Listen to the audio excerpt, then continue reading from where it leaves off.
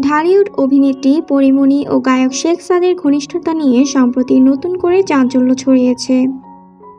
একাধিক গুজবের মধ্যে এবার পরীমণির বাসার গৃহকর্মী পিঙ্কি আক্তার বিস্ফোরক কিছু দাবি করে বলেন, পরীমণি ও শেখ সাদি এক বিছানায় ঘুমান এবং একই ঘরে থাকেন। শুধু তাই নয়, শেখ সাদির হাতের নায়িকা শারীরিক নির্যাতনের শিকারও হয়েছেন। পিঙ্কির ভাষ্যমতে ঈদের আগে একদিন মারধরের কারণে পরীমণি হাসপাতালে ভর্তি হন।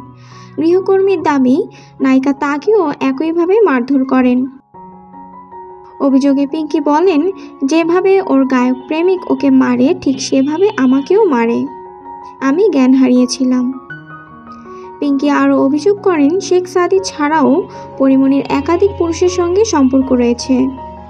তিনি বলেন, আমার কাজ পছন্দ না হলে বেতন দিয়ে বিদায় করা যেত, শারীরিক নির্যাতনের কোনো দরকার ছিল না। অন্যদিকে পরীমণি এসব অভিযোগ অস্বীকার করে জানান, পিঙ্কি কোনো উদ্দেশ্য নিয়ে এসব মনগড়া কথা বলছেন। তাকে টাকা দিয়ে বিদায় দেওয়ার পরও তিনি একের পর এক বানোয়াট অভিযোগ করে যাচ্ছেন। সামাজিক যোগাযোগ মাধ্যমে এ নিয়ে চলছে তুমুল বিতর্ক।